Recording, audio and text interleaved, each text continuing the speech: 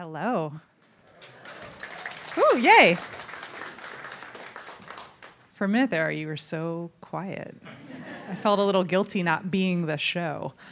So I'm Jennifer Sender. I'm the producer here in the Green Space.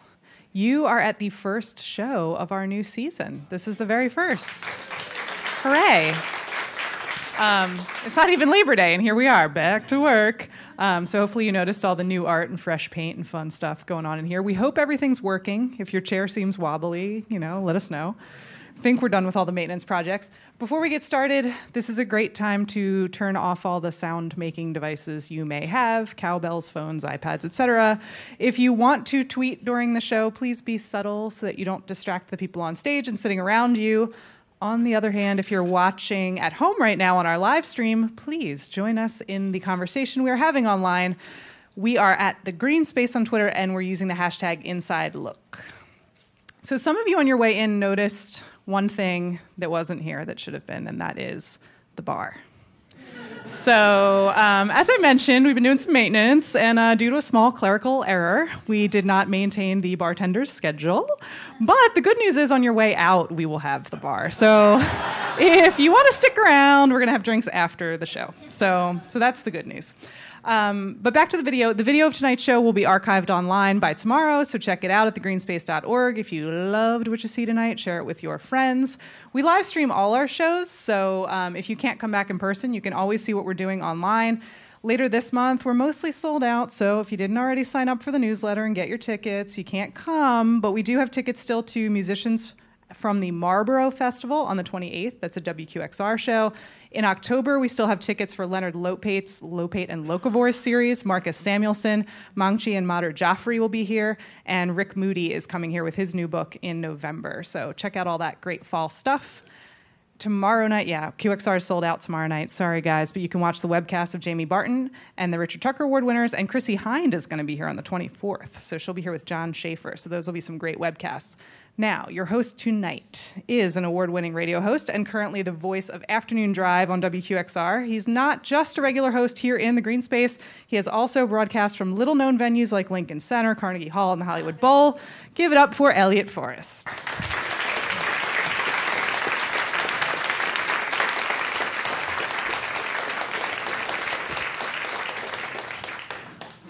Thank you. Thank you so much. Thank you so much for being here. You are in for a treat tonight.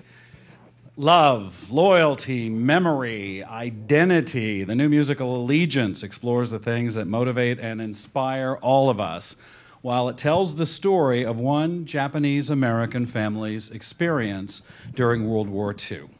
The show had its world premiere at the Old Globe Theater in San Diego in 2012 and now is headed to Broadway, with previews beginning on October 6th at the beautiful Longacre Theater. Tonight, you'll get an inside look at the production with the stars of Allegiance. She is a Tony Award winner, the original Kim in Miss Saigon, the voice of 2 Disney princesses in the movies, a judge on The Voice in the Philippines, and a recording artist whose albums have sold over 5 million copies worldwide. We are honored to have Lea Salonga with us tonight.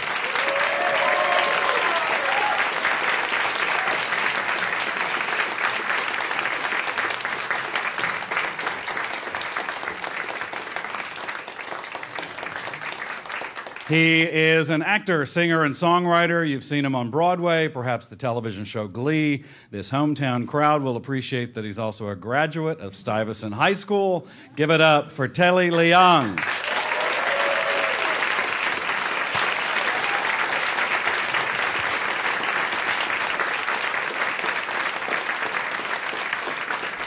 And finally, please welcome an actor, author, social justice activist, social media star, and the person whose real-life experiences inspired the story of Allegiance.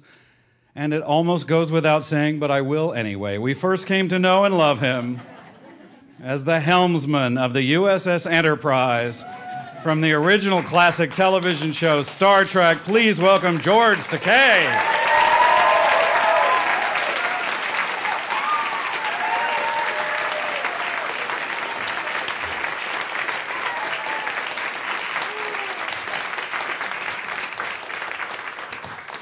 Thank you. Thank you so much for coming here. One of the more unusual things about these inside looks is that we often do them before the show even goes into previews. So I normally, when we do interviews, I love to see the show. That's not even an opportunity here. So we're all going to be exploring it tonight together from the sense that you haven't even started previews yet. George, you mentioned to me backstage, first time on Broadway. Is that right? This is my debut on Broadway this fall. And I'm on stage with the legendary Leah Salonga, Tony Award winner. And I get to see myself young in this one as well, because Telly is playing me. Playing you at a different age. Awesome. I think we all want to come out of here knowing the story, but before we get to the actual musical and the plot and the story of what you tell in this show, let's talk about the real-life inspiration. December 7th, 1941, Roosevelt said, "A day that will live in infamy." How did your life change on that day? Dramatically. And that change shaped my life. I was a child then, but overnight, we were seen as the enemy simply because we happened to look like the people that bombed Pearl Harbor. And it's the story of this Japanese-American family that we tell, and how that event put incredible stress on this family, despite the fact that we were tightly bound by love of, sibling love. There's brothers and sisters, as well as father's love for his children, as well as the grandfather's love for his grandchildren. But there's no mother, a motherless family. Essentially, Leah's character serves as the mother and helps raise her brother. So it's a very powerful human story of this one family under these harsh circumstances. But the test of resilience, and these are very resilient people, is the fact that they can find joy under those circumstances and fall in love. It's two love stories, one for each of the siblings. My character, Leung, played by Telly, falls in love with a white army nurse, a white woman, interracial love. This sounds like trouble in 1940s America. Dangerous love. She falls in love with a young law student who knows the law, who knows the Constitution, and he decides that he is going to take a stand in opposition to that. He becomes a resistor, and she becomes a resistor with him. So it's a powerful love story. This is something you lived, and I think a lot of people either don't remember this part of the true life part of American history, or don't want to know, or don't want to remember this. But you lived through this. I did. You were 5 years old as a child. Yes. And there was a knock at the door. There was a knock at the door. And I remember how scary it was. In fact, I saw the soldiers before they knocked at the door. My parents got my younger brother and my baby sister up very early one morning. We're looking out the window, and we saw soldiers with bayonets on their rifle, two of them, marching up our driveway, stomped up the front porch, a fisted pound on the front door. And let me just interject, you're in California at this point. I'm a Californian. Right. My mother was born in Sacramento. My father was a San Francisco. We're Californians. And with no charges, with no trial, we were rounded up and incarcerated in U.S. internment camps. How long were you in the camp? We were taken to the swamps of Arkansas, where we were for about a year and a half. And then we were transferred to another camp in Northern California, right near the Oregon border. And the duration of the war. Your family had lives and jobs and livelihoods. Lost everything. My father lost his business. We lost our home. We lost our freedom. And for a child, was it odd for you, or did you find some childhood in all of that? I did, because I must say, my real memories are fun memories of a 5-year-old kid, 6-year-old kid, 7-year-old kid.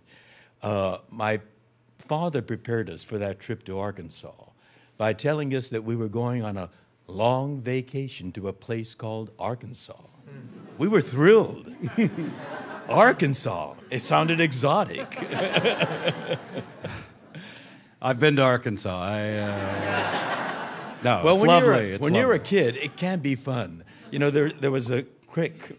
They call it creeks, not creeks, right around our block, and we caught pollywogs there and put them in jars and watched them suddenly spring legs and lose their tail and turn into frogs. You know, it was a fascinating childhood. Did your family become bitter about all this? How could you avoid that? Well, the thing is, my father believed in the fundamental ideals of this country, the shining ideals of our founding fathers. And when I became a teenager, I became very curious about my childhood behind those barbed wire fences. And we had some long discussions after dinner. And he explained to me, and this is a man, mind you, who lost everything in the middle of his life, everything that he and my mother worked to get. They lost everything, and yet he was able to define democracy for us as a people's democracy. And it can be as great as a people can be, but also as fallible as people are. And that our democracy is vitally dependent on people who cherish the ideals and actively engage in the process of a democratic government. And then one Sunday afternoon, he said, "Let me show you how it works." And he took me to downtown Los Angeles to the campaign headquarters of Adlai Stevenson for president. My father was a great admirer of Governor Stevenson's. And I saw passionate people who believed in Governor Stevenson. I heard his speeches, and they were inspiring. And I dove in with them. And I saw right in front of me, with flesh and blood, they became my friends, how democracy works. It's people who passionately care about our form of government and commit themselves to making it work right. I'm seeing a direct connection between your father taking you there and your activism today, it seems. He shaped me, and I've been involved in many political campaigns ever since then, for governor of California, for our senator, and I lost with all those other campaigns. But it doesn't matter whether you win or lose.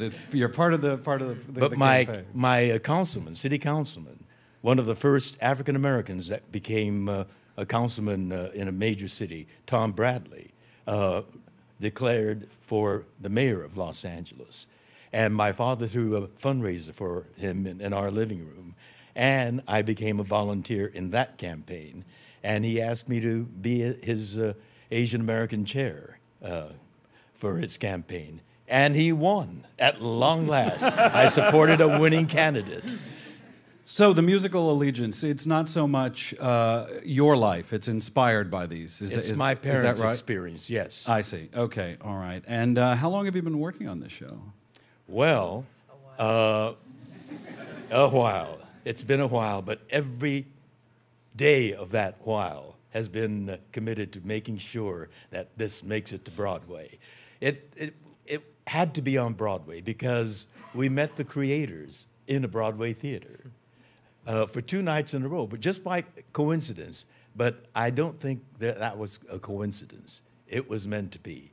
We met our composer, lyricist, and our producer in an off-Broadway theater, seated right in front of us. And we chatted before the show and during the intermission, and we went back to our apartment saying, those are passionate theater lovers, just like us. You know. Then the next night, we went to see In the Heights by Lin-Manuel Miranda, who's a celebrity now. And we walked into the theater, and we had aisle seats, and we saw 2 arms waving at us like this. About in the middle of that aisle were the 2 same guys. And I said to my husband, Brad, isn't that a coincidence? It's the same guys there. And Brad said, I think they're stalking us.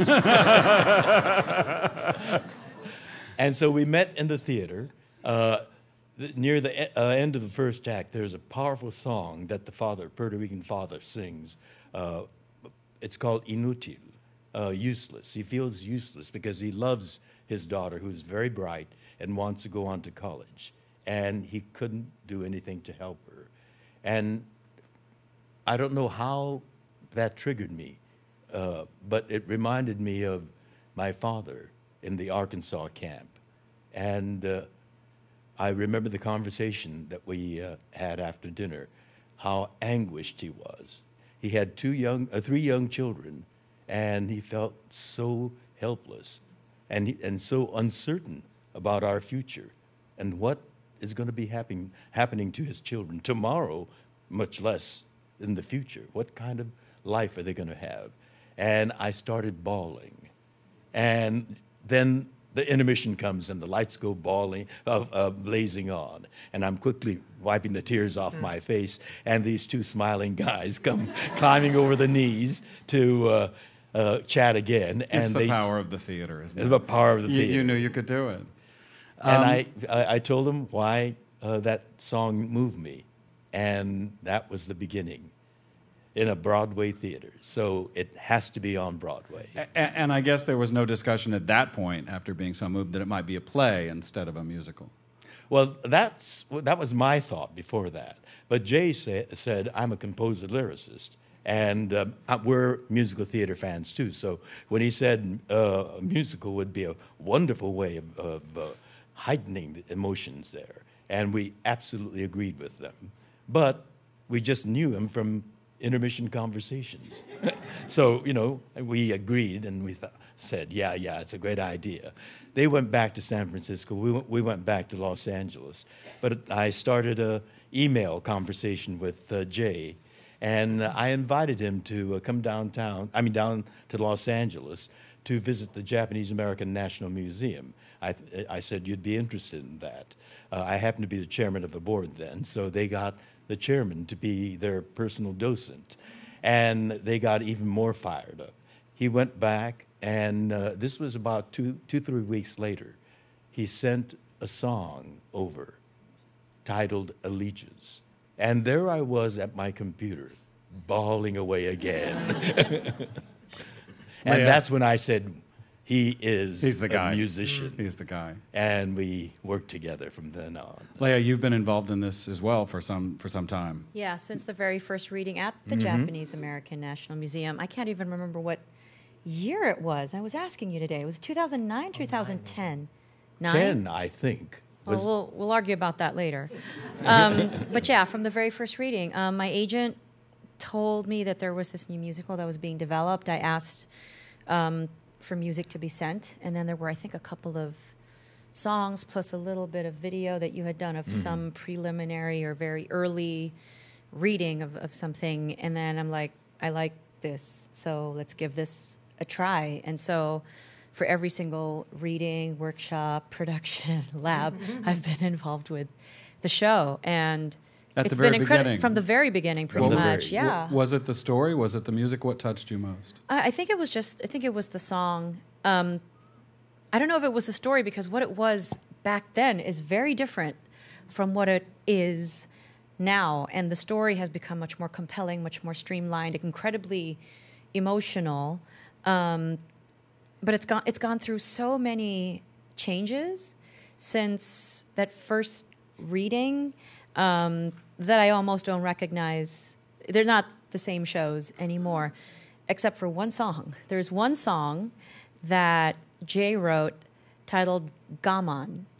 And once I said yes to doing the reading, I think that's right around the time he actually wrote the song. He's like, oh, Leah's doing this, so I'll write this for her. And so I've lived with that one song for I don't know how many years, and I think it's one of the only bits of music that has remained from that very first reading to now. And what does Gaman mean? It's like resilience under the most trying of circumstances and holding one's dignity high. Endure and that's enduring with dignity, endure when fortitude. Yeah.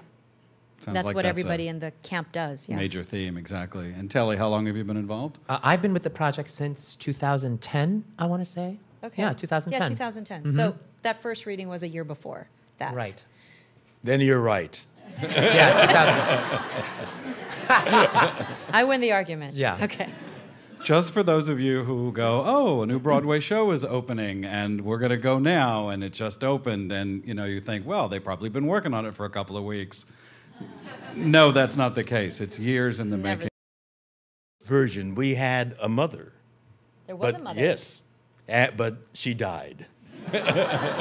We'll get to the Disney story later, but they all die in the Disney They all stories, die. don't they? They're all dead in the Disney stories. I mean, but just as an example, Leia and I, we've been working on the show since 2010, and she went from being my Japanese teacher to my sister-in-law I think it was sister-in-law as well as and Japanese She's teacher, sister- and now, yeah. now we're brother and sister. like full on brother Yeah. and sister. There used to be an older brother, but he's been killed off too. Mom is died. Mom's it's, dead, and so my character has become my character has become sort of an amalgamation of this Japanese teacher person and the older brother and the mother.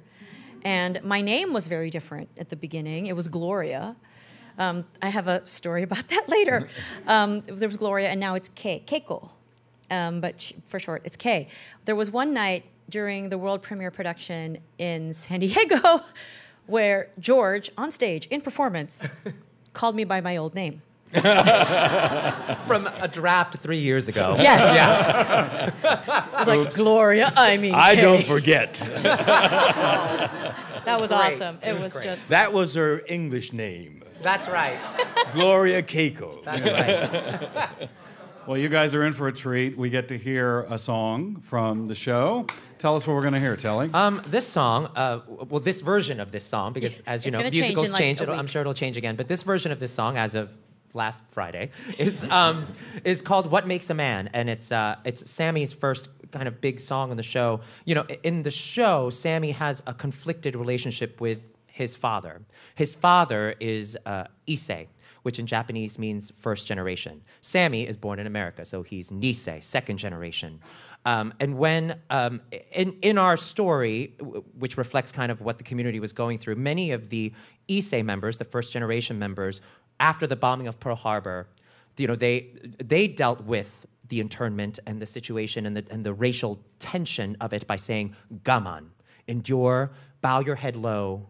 Another phrase that we also use in the show is shikata ga nai, nothing can be done, so don't do anything, just let it pass, right? And whereas many American-born Japanese people, the Nisei, were, the minute Pearl Harbor happened, they, like Sammy in the show, runs to enlist. They wanted to do something. So now here's Sammy, who's now in his 20s, bubbling with all this possibility, but then all of a sudden the internment happens, and he's trapped in this place, and him and his father get into a row, and his father goes, make yourself useful. Be a man, make yourself useful, because his definition of a man is to think before act. And for Nisei, for many of the Nisei, it was act, act, act. You must do something. We must do something. And so this is What Makes a Man from Allegiance. Well, if you'll make your way Sure. over there, I'll introduce not only the pianist, but the musical director and conductor of Allegiance, Laura Berkowitz.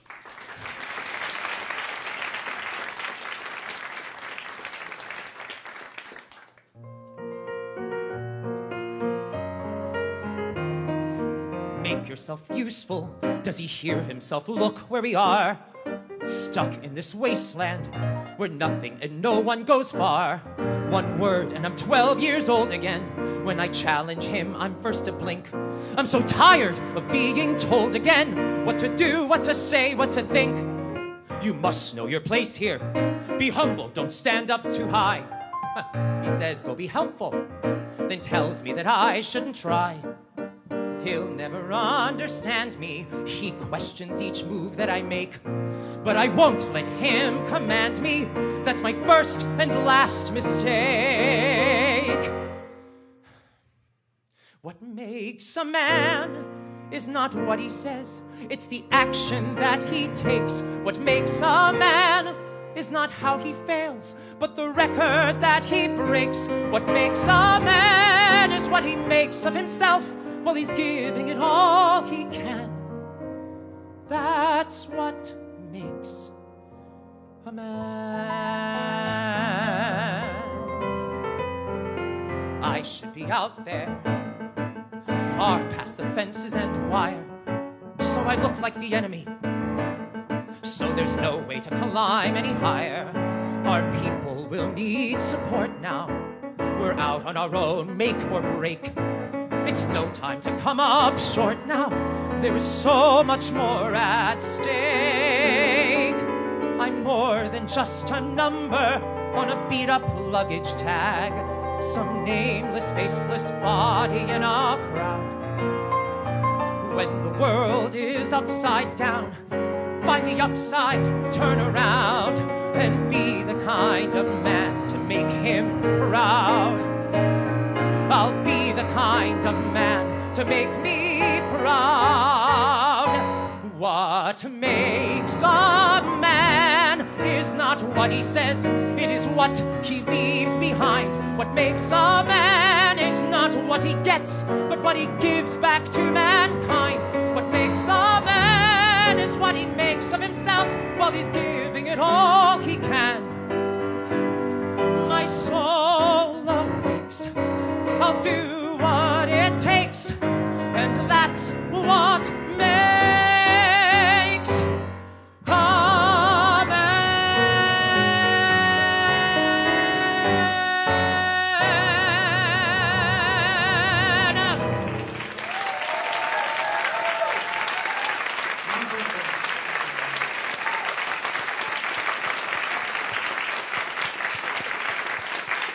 Telly Leung from the new Broadway show Allegiance.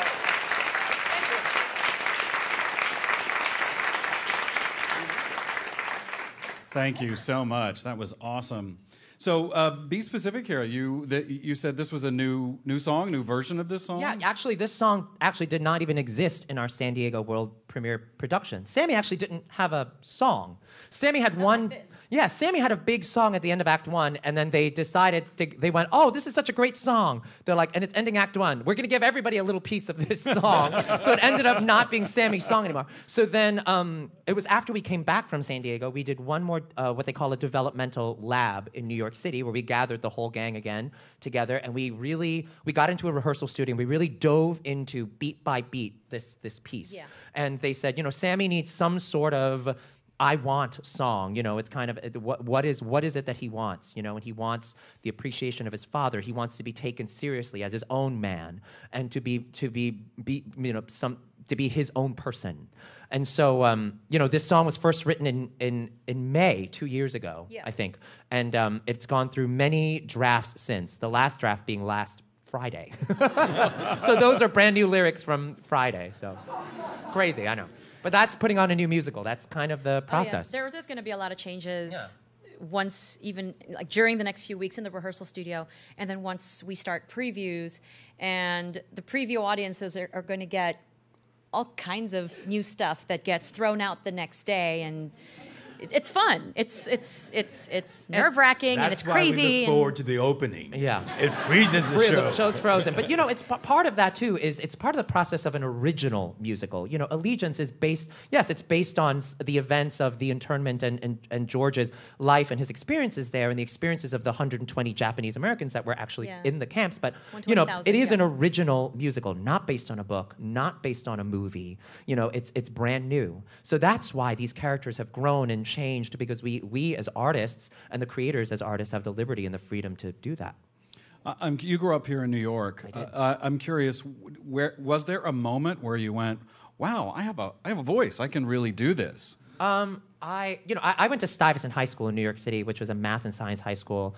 I'm also the son of immigrants. They did not want me to be a poor, starving actor. That was the last thing they wanted me to do. And I remember being in Stuyvesant, getting good grades and studying hard because they encouraged me to, and they wanted me to go to an Ivy League school and become a doctor or a lawyer. Very much Sammy's story in Allegiance as well. And I remember I would save up my allowance money, and I would go see a Broadway show. I would go to the TKTS booth and buy a half-price ticket. And I remember seeing Carol Channing in Hello, Dolly. Actually, when that tour stopped by the Lunt-Fontanne and played for about 3 or 4 months. It was on Broadway for a little bit. That'll change your life. I did, and I remembered her singing, "Before the parade passes by." And I said, "Oh, before the parade passes by," I was like, that's my life. You only get one life. I don't want to be a doctor. I want to be doing what Carol's doing, so. That was really kind of the moment. I felt like that was like the aha moment. And Leah, for you, was there a moment where you went, I need to do this, I can do this? I don't have that same story. Because I came from a family of artists. I mean, among my cousins are sculptors and a prima ballerina, and there were other cousins that were doing musical theater, so I just kind of stepped in, I guess. And I was 7 years old when I did my very first show in Manila, and I was singing at family parties. And so at one of those parties, maybe I was around 5 or 6 years old, my cousin, who was really active as a musical theater actress, told my mother, there are these auditions for kids. For The King and I, you have to take her. And so my mom did, and I got up there and I sang, and I got the job right then and there, and I've just been working ever since then. So I've been working pretty steadily for the last 37 years. So there was no opposition, but there was emphasis given to my education. And I guess the attitude of my parents was that, okay, you need to have an education because this showbiz thing, it's incredibly fickle, and it still is. You don't know if you're actually going to be a huge success at this, so we want to make sure that you get your college education, yada yada yada.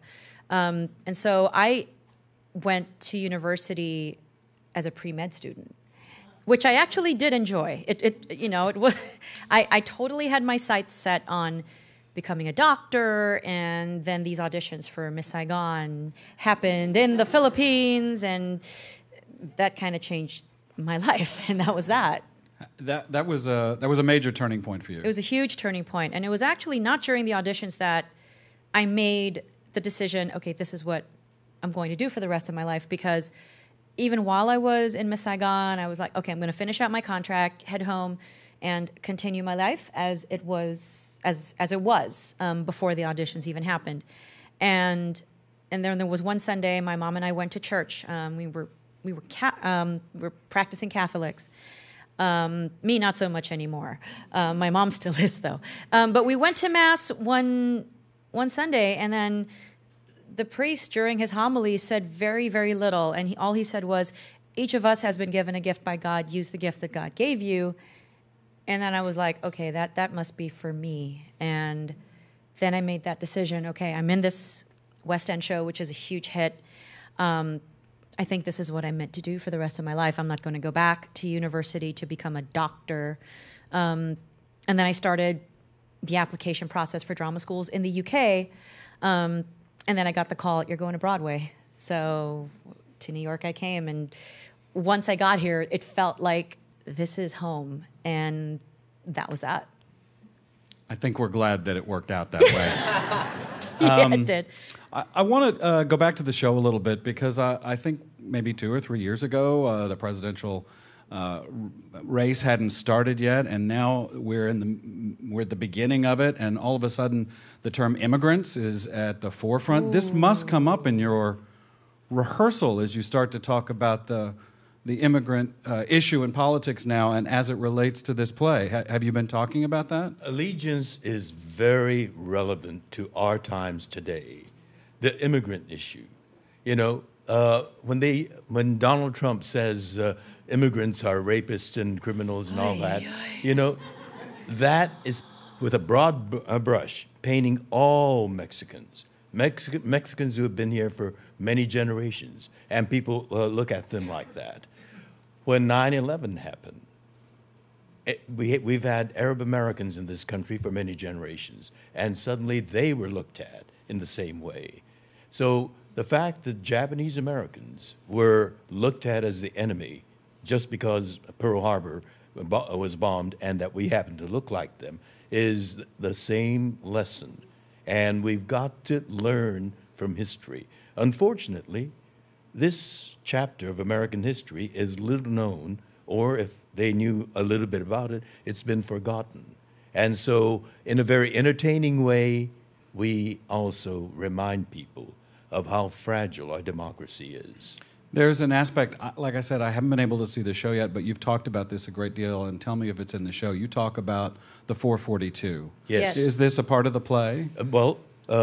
Telly's character is, as he said, right after Pearl Harbor, young Japanese Americans immediately rushed to their draft board to volunteer to fight for this country. That act of patriotism was answered with a slap in the face.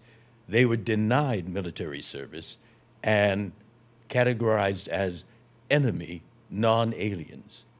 I mean, it's outrageous. These young people were doing a very patriotic thing, of volunteering to fight for this country, maybe even die for this country. And to be called an enemy is outrageous. But that outrage was compounded by that other word, non-alien. What is that? That's a citizen defined in the negative. They even took the word citizen away from us and put us in behind those barbed wire fences. And that's the story we tell.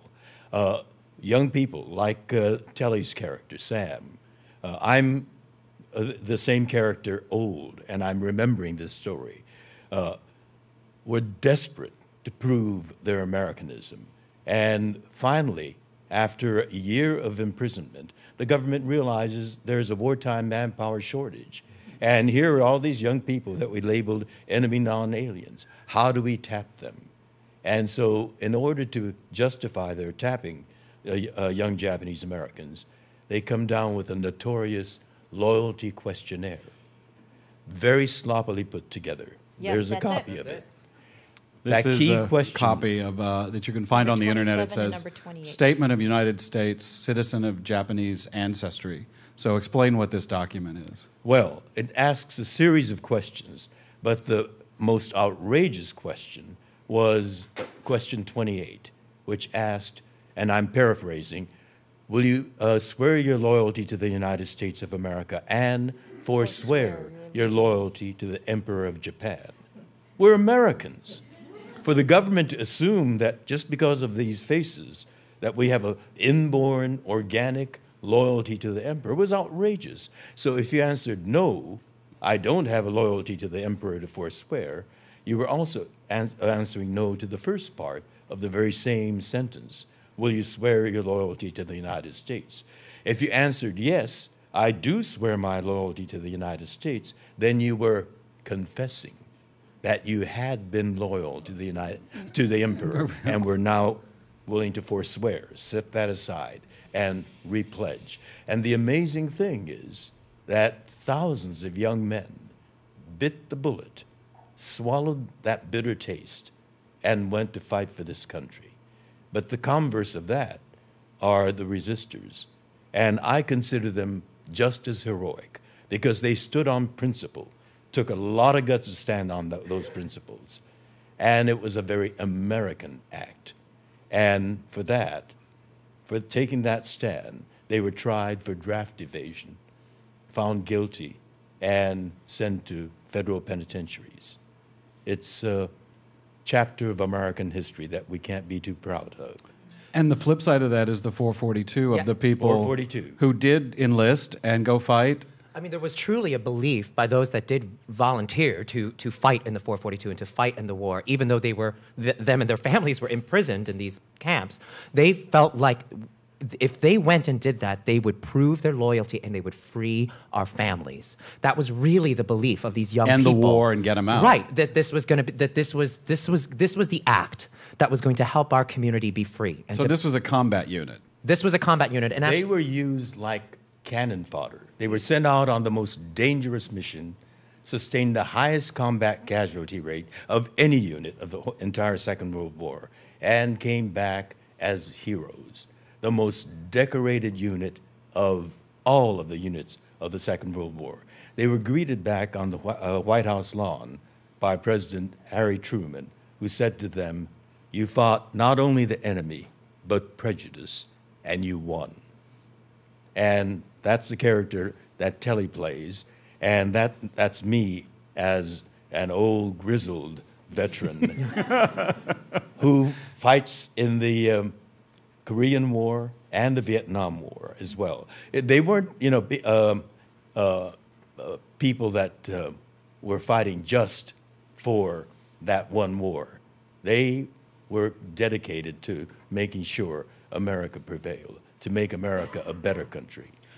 And but these are two very conflicting beliefs between the resistors and the people who felt like it was their patriotic duty to serve. So this really tears our family apart in the show. So, we, in the beginning of Allegiance, we learned that Sam and Kay, this brother and sister, have not spoken for 50 years. That's a lifetime. And you find out through the course of the show that it is this questionnaire that tears not only the community apart, but also this family apart. And then how does this family reconcile that deep wound, As I was coming in this morning, preparing for this evening, my colleague Brian Lehrer on WNYC had a whole segment on just really sort of talking about a quote Bobby Jindal had given recently, in which he said, immigration without assimilation is an invasion. And it was resonating on all sorts of levels. You're second generation in this country. I'm third. My mother was born in Sacramento. But their parents were immigrants. My grandparents. Right. Same with me, actually. Both my parents were born in Brooklyn. Their parents were born in Eastern Europe. So that immigrant feeling is not that far in my family away either. And so the discussion about assimilation and whether it's more important to hold on to your culture, more important to be a part of America, how does that play out in the play, or maybe even in your own lives? Well, it plays out in the play and certainly in my life, too. But my father wanted to make sure that we had the connection to the cultural, mother country culture. We were sent to Japanese language school every Saturday, and I hated it as a child with a passion. But now I'm very grateful. Here you are in Los Angeles learning Japanese. However, the reward for that was summer session in Japan. So it was still education, but it was in Japan. So it was, being in Japan, a foreign country, although my ancestral country.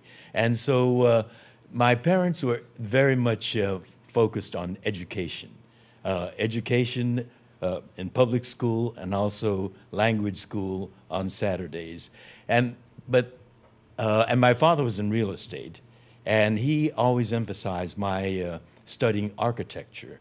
And I suspect that he had in mind putting out a sign that read, Takei and Son Real Estate Development.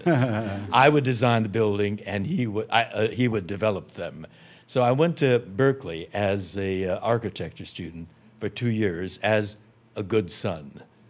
But after 2 years, I just couldn't take that thought of being in an architect's office. So I came back down to Los Angeles, and I said, Daddy, I want to go to Actors Studio in New York, study there. And my father said, well, that's a respected acting school, but they won't give you a diploma when you finish there. At least your mother and I want you to have that documentation that you're legitimately educated. Here in town in Los Angeles, we have UCLA that has a fine theater arts department. And if you study there, they will give you that if you finish. And I did finish, and I delivered that diploma to him. And you know what the graduation present was? More education. It was a summer session at the Shakespeare Institute at Stratford-upon-Avon, Shakespeare's birthplace. I mean, my father was a very stern man, but he also knew me well. Very supportive. So let me see, not an architect, not a doctor, not an optometrist. Just saying. Does this concept of assimilation, how did that play out? Your family came from China. Right, my family's from China. I think with all of the talk of immigration from politicians these days, I think there are many of these politicians. This is a country of immigrants. At the end of the day, unless you were a Native American who was here, like, you came from somewhere else. Do you know what I mean? I don't. It's interesting because oftentimes, you can look at a Broadway stage and see an all Asian company and go foreigners. But this show, what I think this show does so brilliantly is that you see Asian faces on stage and they are American. Mm-hmm. And actually you learn how American they are through the course of 2.5 hours. So yes, you might see a lot of yellow people on stage, right? Right. Right. But at the end of the day, you start to go, oh wow, like I don't see their color anymore. I see their love of their country. I see the principles that they fight for. I see their deepest beliefs, how they love being American enough to endure the internment. You know what I mean? Or to go and volunteer for the 442. I mean, hopefully the audience walks out going, oh, I get it. I get it. That no matter what your skin color is, no matter what you look like on the outside, no matter where it is that your family did come from, you're American, And I think hopefully that is what the audience walks away with, This play about Asian and Asian Americans, obviously casting in King and I and different shows. Talk to me about the state of the theater particularly, and maybe movies as well, but in what we used to call colorblind casting, I understand equity now says non-traditional casting. Mm-hmm. If it's not about Asian Americans, is it getting better that you're getting cast in roles that it might not even matter? I think for me, if it's a show where race is not that additional character, then if you have the goods for that particular part, then you should just get cast in it, and not have to worry about whether the audience will, take that leap with you, because I think at the end of the day they will. Many years ago, I got cast as Eponine in an all Caucasian production of Les Miserables. And that was a big deal. That was a color I barrier. remember it being a big deal because I remember having sleepless nights thinking, oh my God, I'm like one of the first people of color to be cast as a traditionally Caucasian character. And I did not want Cameron Mackintosh's office to be accused of stunt casting that was just me putting pressure on myself. It wasn't anything that Cameron was putting on me personally or whatever. But I was like, I have to nail that song because I'm sure there is somebody in that audience that is wanting to say, she didn't do it right, you should not have cast her. And so I wanted to nail that song so bad every single day, 8 shows a week, to prove something, to prove that, okay, I have the goods for this role. So they didn't cast me just because, she has a Tony from Miss Saigon. And the thing that made Eponine matter to me was it wasn't just a personal obsession with this role, which I had already had. And I was giving so many hints while I was in Miss Saigon, too, that I wanted to play that role. But that I had a phone call from my agent at the time saying, I'm submitting you for this other role. I'll say it now because I've done it in Cabaret. I'm going to submit you for Eliza Doolittle in My Fair Lady. And I'm like, all right. And not really thinking anything, not ever having grown up as a minority. There was no baggage. There was no question of, but what if they say no or whatever? I'm like, okay. 10 minutes later, he calls me back and says, they don't want to see you because you're Asian. And I was like, crap, okay.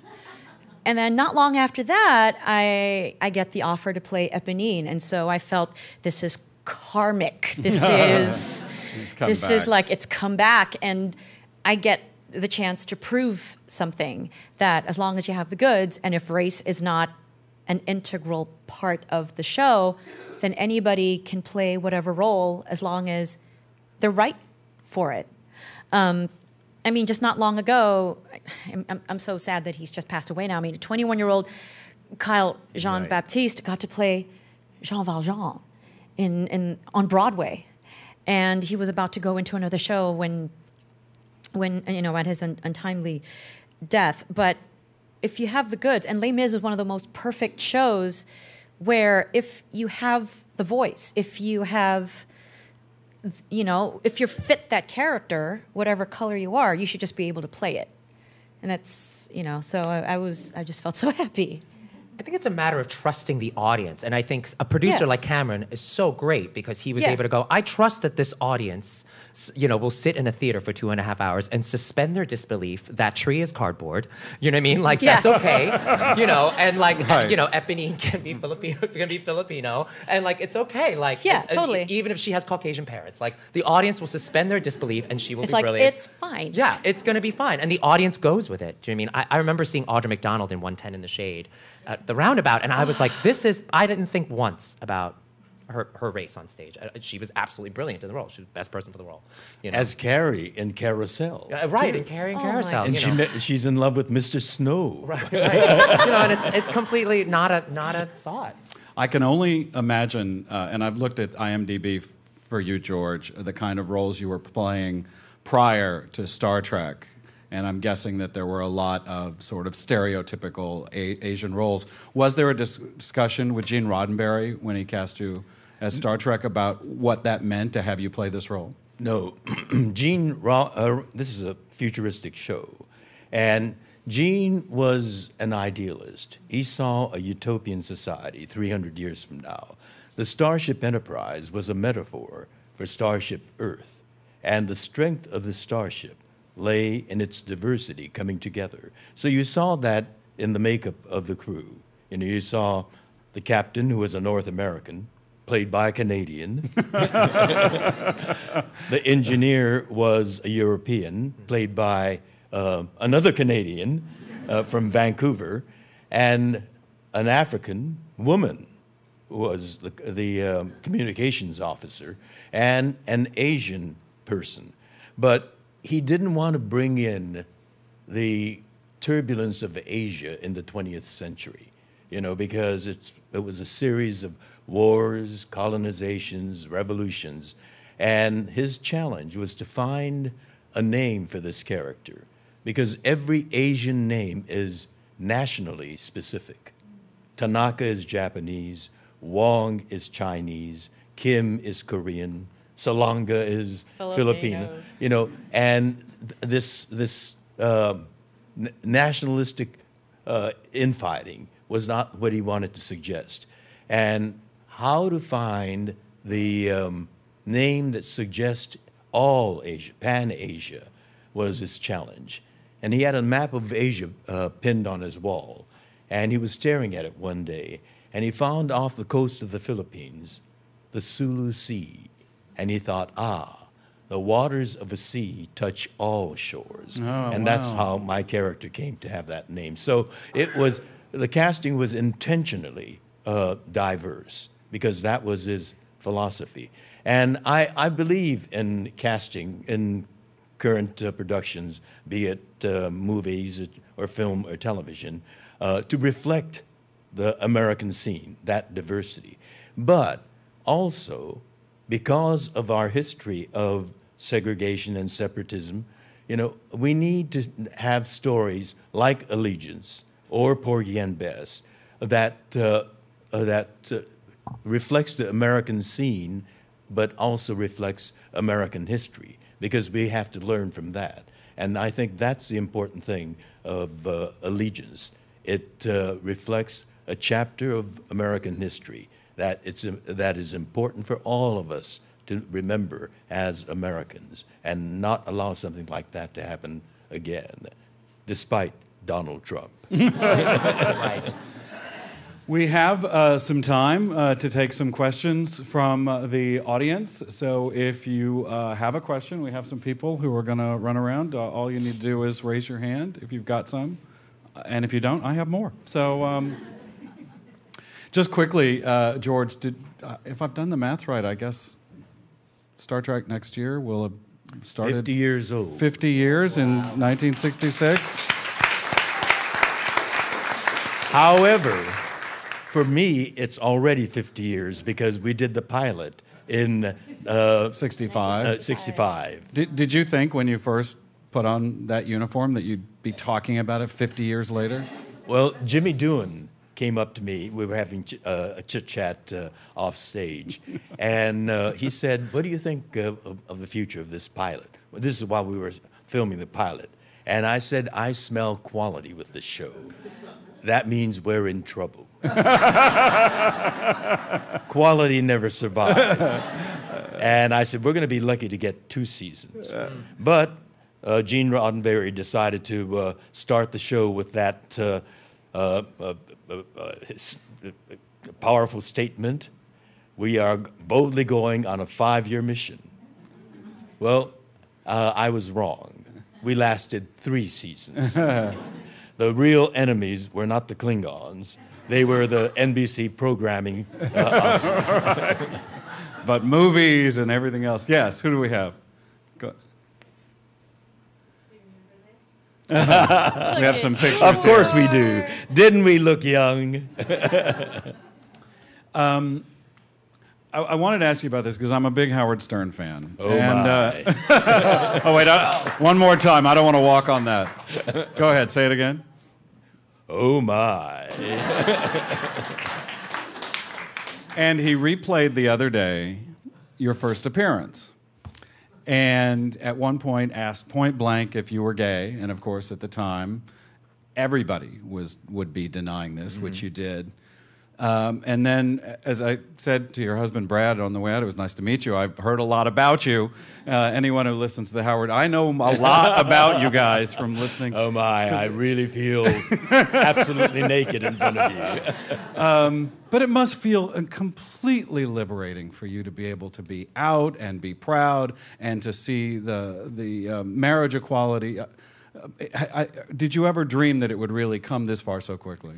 It was an aspiration, but I also was an actor who aspired to keep building a career, and you could not have a career if you were known as gay. Because when I was a teenager, I was actually in love with a heartthrob, a blonde boy next door type named Tab Hunter. I think that some of you seniors remember who wasn't who in he love was. with Tab Hunter. I saw every one of his pictures that came out of Warner Brothers Studios. But then a scandal sheet, it was called Confidential, exposed him as being gay. And suddenly he faded.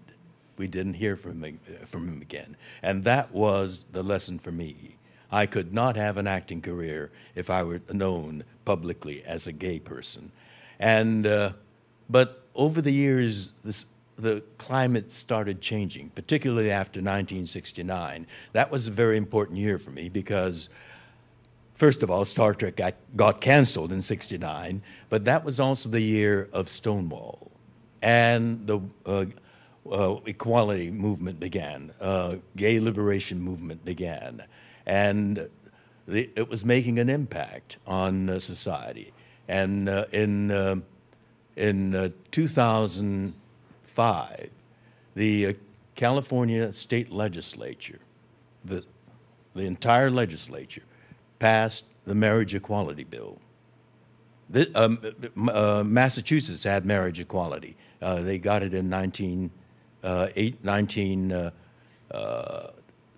2003. And the California legislature passed the equality bill. But it needed one more signature, that of the governor, who happened to be a movie star, Arnold Schwarzenegger. And when he campaigned for the governorship, he campaigned by saying, I'm from Hollywood. I've worked with gays and lesbians. Some of my best friends are, the whole rhetoric. And so we thought surely he's going to sign that bill. But his base was the right wing of the Republican Party, and he vetoed it. I was livid. And I thought, you know, the world's changing. And he had the opportunity to make that change real. And so I came out for the first time in 2005. And ever since then, despite my previous belief, my career flowered. And here we are, preparing to go on Broadway with a controversial part of American history with Leia Salonga and Telly as me young. Who knew? I'm a sucker for a happy ending. Anybody? Came all this way? Nothing on your mind? Did I cover everything? Nothing else. We don't have anything. Yes, you can when you go on Telecharge and buy tickets to Allegiance.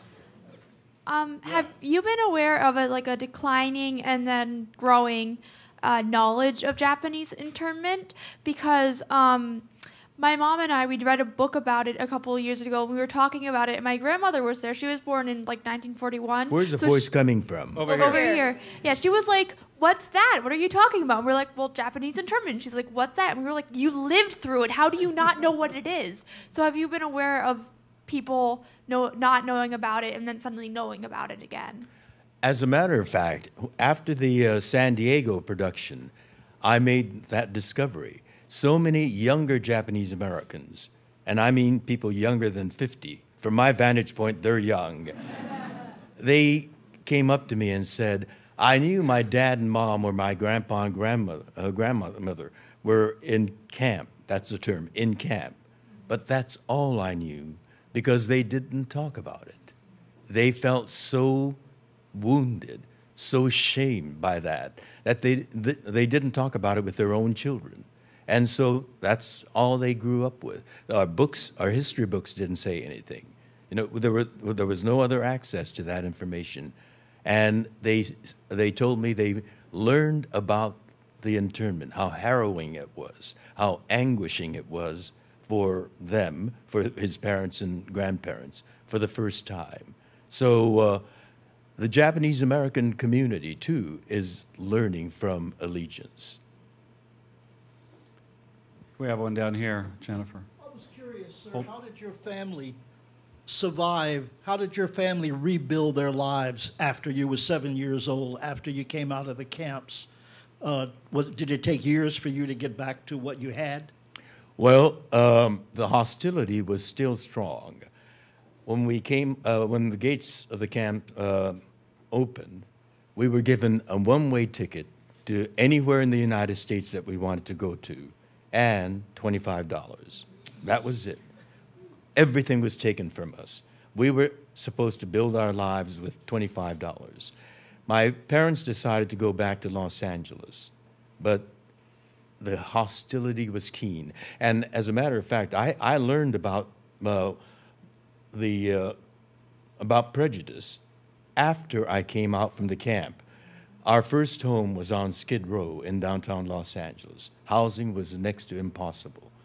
I remember how horrible, how frightening, terrorizing Skid Row was. You lived on the street? No, we had a hotel room on I Skid see. Row. Oh, I see what you're saying. And the stench of human urine everywhere. And scary, smelly, ugly people leaning on the wall, and my father's first job was as a dishwasher in a Chinatown restaurant. But because my father was a block manager in both camps that we were in, particularly the older people came to him for help and assistance in finding a place to live and get a job. So he opened an employment office in Little Tokyo and assisted them. But, the kind of jobs that he was able to find for them paid a pittance. Janitor, dishwasher, gardener. And so after he got most of the people employed, he found a dry cleaning shop in East LA. So from an all-Japanese American environment to Skid Row to an all-Mexican American environment.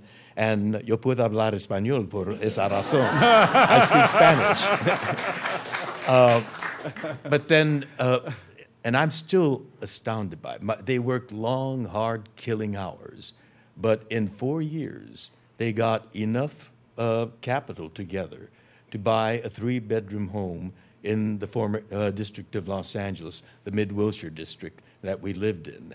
And that became where, we went to junior high school, and so forth.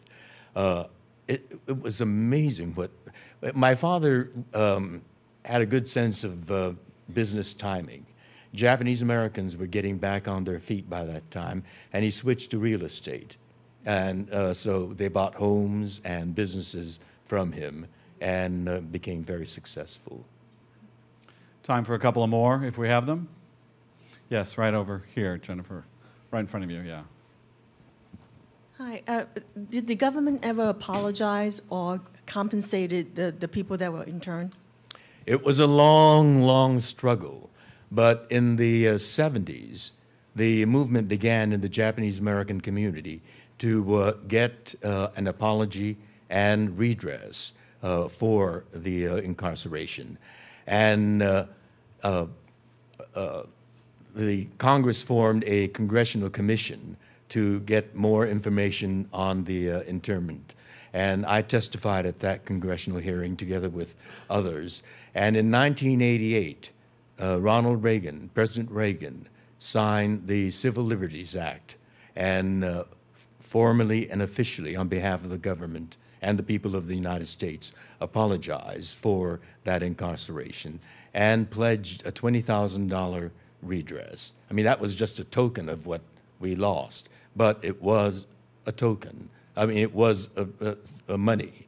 And when I got that check, it was signed by President George H.W. Bush, and I donated the whole thing to the Japanese American National Museum, which tells that story. I felt, as a child, I really didn't experience the internment as my parents did, and I thought the best place for that money to go was the museum that tells that story. And that museum has contributed to Allegiance becoming a reality, and because they all visited the museum and they learned from it, as well as the creators of the show. And what we did was, we in order to put it on Broadway, it costs a lot of money, and we gathered a lot of investors. But we also took advantage of social media. There's this thing called crowdfunding. And so we had a campaign to raise money for Allegiance via crowdfunding. And and this was all voluntary contributions. There were no rewards given out for that. However, when Allegiance breaks even and starts making money, profits, that amount of money, we raised something like $450,000 with crowdfunding. That amount, whatever profit that amount earns, goes to an endowment called the Allegiance Endowment for the Japanese American National Museum. So it's a symbiotic relationship we have. We've got time for one more. This young lady over here. So when you got out of camp, when you went to school, were you excited to get out of that camp? Like, who are you? Oh, there you are. Yeah.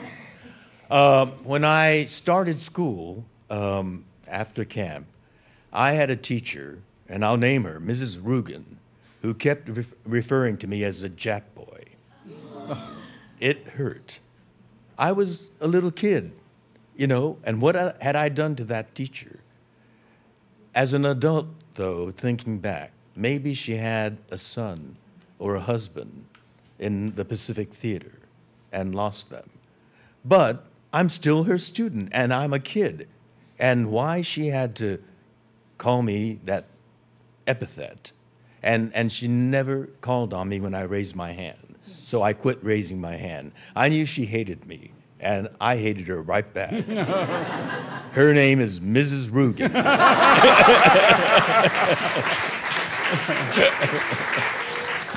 You've talked so... We'll never forget it now either. No, you better not. Wow. Wait, let me take a note. Don't cross George Takei. Yes. You've talked so glowingly about your father. Did your parents get to see your success? Well, because my father introduced me to the electoral process. When Tom Bradley became the first African-American mayor of Los Angeles and the only African-American mayor of Los Angeles and the only mayor to serve 5 terms, 20 years, enormously successful mayor. There was a vacancy in the city council seat that he vacated. And my political friends came to me and said, George, you have name identity. You should run for this because it's a one-shot election. So I ran for that office. And I think my father was the proudest volunteer we had in our campaign headquarters. Alas, I was leading until about 9 o'clock on election night. But then a few other precincts came in, and I lost by a heartbreaking 3%. Aww. But also, when I did Star Trek, NBC threatened canceling Star Trek after the second season. And fans started a letter writing campaign to save Star Trek. You're nodding. Thank you very much. We appreciate. Live long and prosper. And because of your letter writing, they gave us a third season. And one of the letter writers was my father. I was so touched by that. So yes, my father lived to see some of my success. 2 months ago, the marquee went up over the Longacre Theater, and it was a thrill to see it going up there. But the little poignance I felt that morning was, I wish my parents, and especially my father, could have been there to see that marquee go up. Well, the good news is we all get to see it. The show will open in previews on October 6th at the Longacre Theater. Tickets are on sale now. I'm Elliot Forrest. I want to thank everyone for coming. I want to thank everybody for watching online. I hope you join us again in the green space. Please join me in thanking once again Telly, Leung, Salonga, and George Takei.